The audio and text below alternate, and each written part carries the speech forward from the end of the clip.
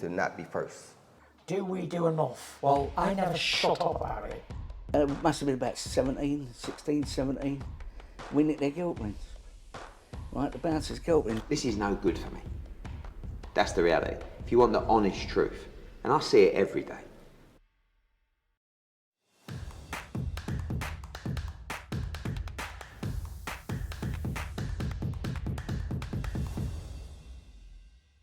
This is Oscar Bevis for IFL TV. Spence, I feel like we're seeing a little bit too much of each other, but after all, you are a bit of an IFL legend nowadays.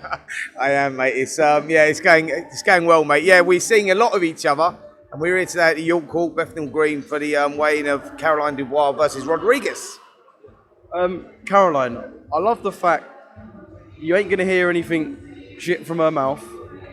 She's straight talking. She's calm. She's relaxed. She's kind of like a bit of a silent killer, I would say. Yes, do you know what she is? Because she delivers in the ring, don't she? She's so heavy-handed, man. Like her timing and her punch selection and all of that is like, she could be one of the leading lights in women's boxing that's evolving all the time. Rodriguez is a good opponent. You know, she's tough. She drew last time out with the Olympic 2016 silver medalist away. You know, she boxes on foreign soil all the time. So she's tough. She's one of those Mexican sort of all-out styles, comes forward and brings it. But that may be her undoing against someone like Dubois, who's very heavy-handed. So it's a good contest, actually. It's like, I like these shows at the York Hall, like these like smaller hall shows, because it creates a great atmosphere and gives these kids opportunity. Yeah, and I guess Caroline obviously has Saturday to deal with, and she won't be looking past that. But the fights at lightweight and the potential fights, even in and around a couple of weights up and down, are massive. Obviously, Katie's got the belts tied up. She's got Chantel to fight. There's a lot going on, but I know that Caroline is dead certain that even at her age now, she would happily mix it with the top girls, happily. Absolutely. Well, that's what they do with the women. Like that, it's sort of like there's not too much politics involved. You know, the best fight the best, and I think that's why it's growing as a sport, because women's boxing's showing the way on how it should be done. You know, like you say, there's talks of Caroline Dubois. I interviewed her the other day. She was talking about going up and down the weights. You know, Michaela Meyer was a name that was thrown into the hat as well. Very experienced, former Olympian herself, former unified world champion. But they're the sort of names she's talking about after only 7 fights. And I like that, man. I like that side of it, because it gives the fans what they want. You know, like I say, like politics don't get in the way, and it's good, man. I'm enjoying women's boxing at the moment. They're doing really well. Yeah, and hoping to see a massive performance from Caroline, of course.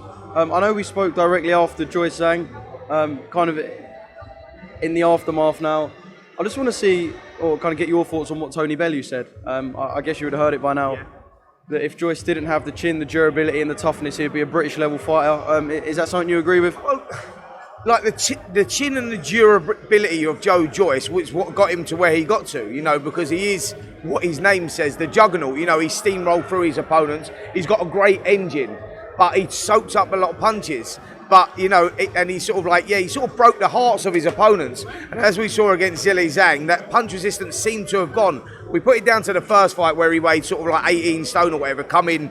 You know, if you look at his career best performance was Joseph Parker, where he took a lot of punishment in that fight, but the shots were bouncing off him, and he wore Parker down in, for me, what was a career best performance. He weighed, what did he weigh there? 19 stone, 3 pounds. That was his optimum sort of weight. I think that's where he's very, very good. This fight against Zhilei Zhang, he come in at 20 stone, 1 pound. And you're thinking, well, has he put on more weight? But that actually should benefit him, because, you know, for his style, he'll push forward. And Zhang was massive himself, 20 stone, 8 pounds. So you're looking at it like that and you go, well, that's it. But the punch resistance weren't there again. But is that down to Zhang, his southpaw style? Some fighters have just got a number of other fighters. And I think Zhang, as early as the first round, he come out and you thought, Joyce has got the right idea. He's moving round to his left, leaning over to the side. But when you got a good fighter, they've got that adaptability, and Zhang adapted, and you know, he set the traps, threw that straight left to the body, and then pinged over that right hook over the top, and that was the finish for Joyce. It may be just that Joyce, you know, met someone that is his bogeyman, so we'll have to wait and see what he decides to do, where he goes. But I understand what Tony was saying there, because like, you take the chin of Joyce away, he's not the most technical fighter. You know, he's quite one-dimensional, but that is effective. And the way that he uses size and his brute strength. So, yeah, he's in a dark place at the moment, Joe Joyce, because he's got a lot of rebuilding to do, and it's where he wants to rebuild and where he wants to see himself now. Like, losing that interim title was effectively losing that position to fight for the world title, the WBO world title, which is held by Alexander Usyk.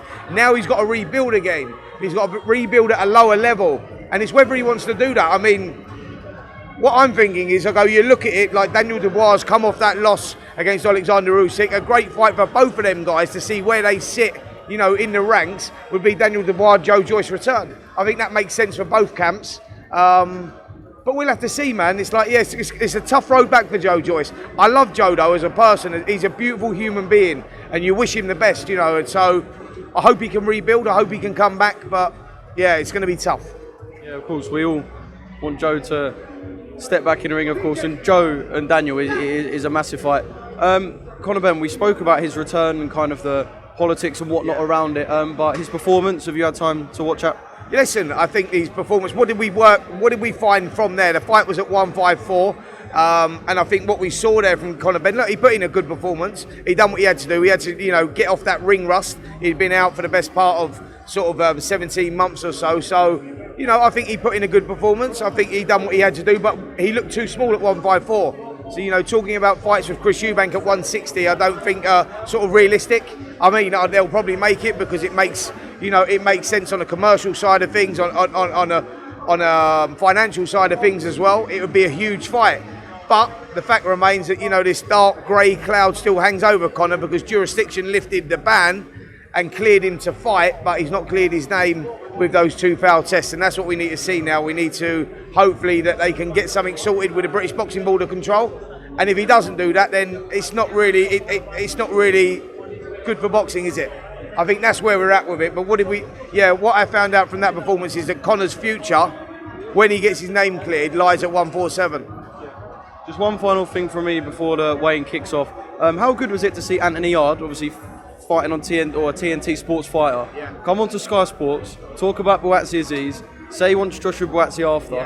I love that. Just a bit of cross-platform.